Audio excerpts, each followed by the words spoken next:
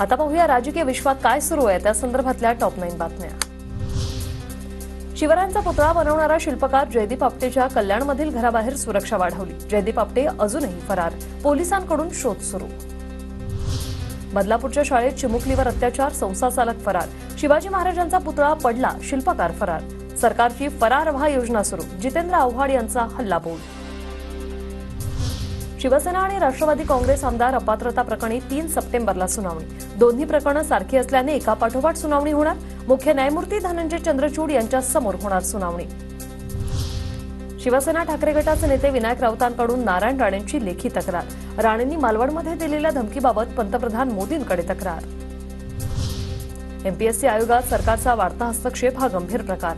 मंत्रालयातून निर्णय लादले जातात। एमपीएससीच्या मागण्यांना केराची टोपली दाखवली जाते। काँग्रेसच्या सतेज पाटलांचे गंभीर आरोप करत सरकारला पत्र। घरापेक्षा दारे खिडक्या महाग असा दळभद्री कार्यक्रम। शिवाजी महाराजांचा पुतळा 2,40,00,000 आणि 2,02,00,000 हेलिपॅड। सरकारी कार्यक्रमात येणाऱ्या पाहुण्यांसाठी उभारल्या जाणाऱ्या हेलिपॅडवर ओमराजे निंबाळकरांचा आक्षेप। गृहमंत्री म्हणून काम करताना शिव्या जास्त खाव्या लागतात। इतकंच नाही तर काहींना माझा राजीनामा मागितल्याशिवाय अन्न पचत नाही, फडणवीसांचा राऊतांना टोला।